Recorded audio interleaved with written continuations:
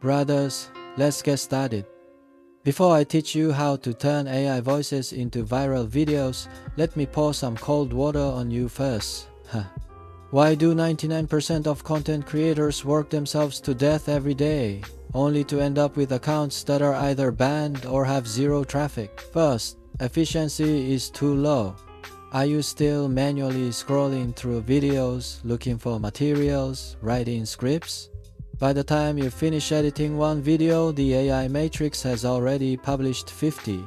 Can you handle this kind of dimensional reduction attack? Second, copyright awareness is terrible. You think you can just download any video, slap a filter on it, upload it to YouTube and monetize?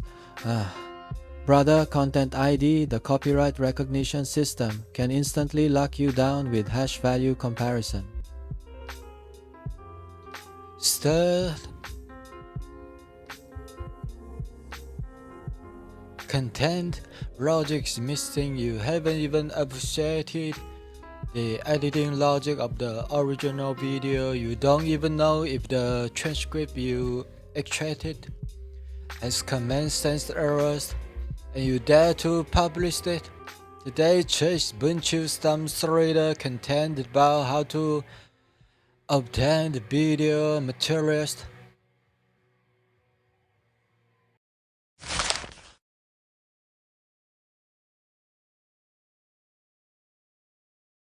Want to do automation?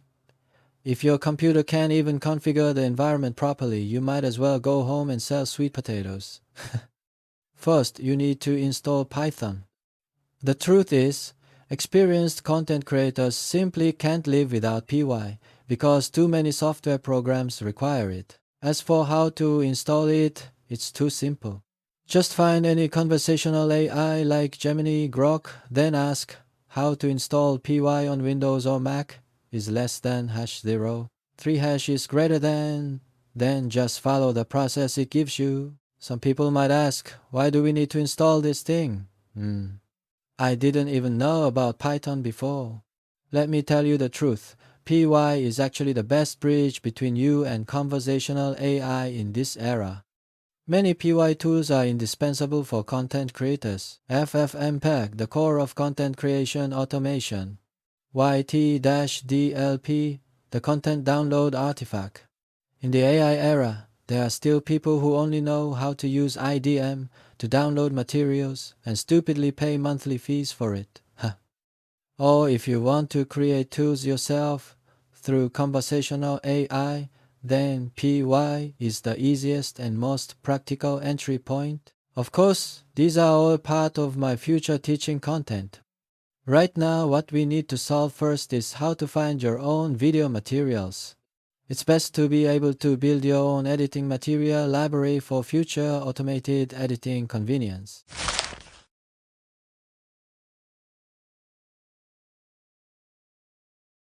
Of course, this episode is for beginners, telling you how to search for materials. Material libraries are for veterans. In the last episode, we already knew the basic production process of a specific YouTube long video and how it's obtained. Then it's about imitation. Imitate the benchmark and you can grow quickly. You must have watched that high-view original video you wanna imitate, right? How can you make an original video without even watching it? While watching, you need to appreciate it, to comprehend it. Number 1. Identify editing techniques. How do they do their transitions? Is it flash white or seamless transition? When does the BGM suddenly pause? When does it climax? This is called emotional rhythm points. Number 2. Comprehend editing thinking. What exactly are the video materials they are using? Is it historical documentaries, or Hollywood movie clips, or actual military exercise footage? You need to analyze the texture of these materials. For example, when making military-themed content, black and white materials can add historical weight. 4K aerial shots can add visual impact. Number 3. Establish a material list. When watching videos, Your brain should scan like radar. This segment, I can use copyright-free videos scraped from somewhere. That segment I need to go to Storyblocks to find high-definition 4K shots. Go through it in your mind, and then the draft of the video you want to make is actually complete.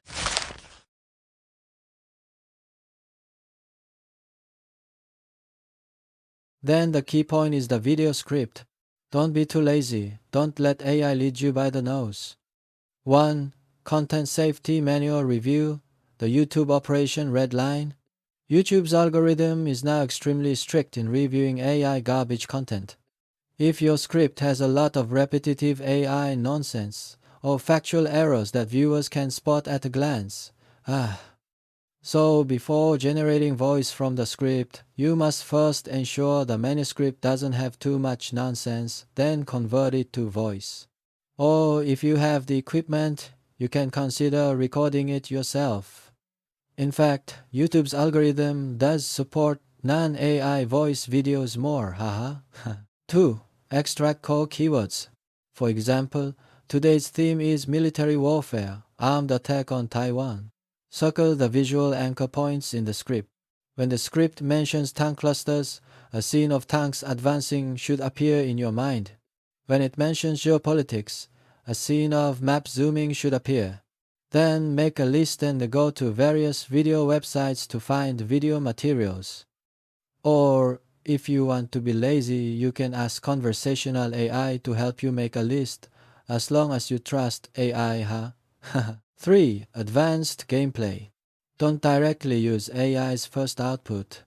Command example, please rewrite the following military commentary into a more immersive, more passionate style, delete all AI tone, add specific weapon model details, and ensure originality reaches 90% or above. When you finally get the audio file converted from the script, then it's just a matter of finding video materials one by one and assembling them into a complete video. Actually, my suggestion is 70% recording, 30% materials. Why you will understand when you are looking for video materials. Looking for materials for a 15-minute video will make you wanna die. So why do big influencers prefer to appear on camera for recordings? You think it's more troublesome. But actually they are saving editing costs. Materials are everywhere.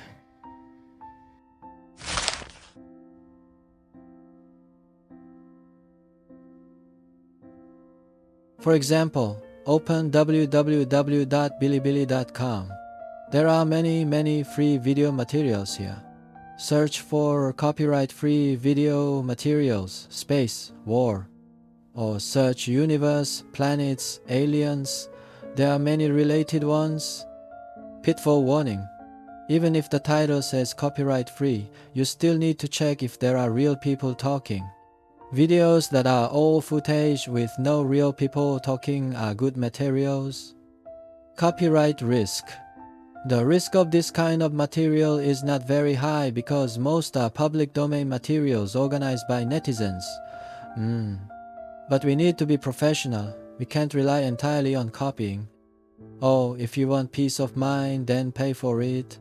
For example, Storyblocks. Since we're doing this, we need to be professional. For professionalism, mastering a few material websites is inevitable.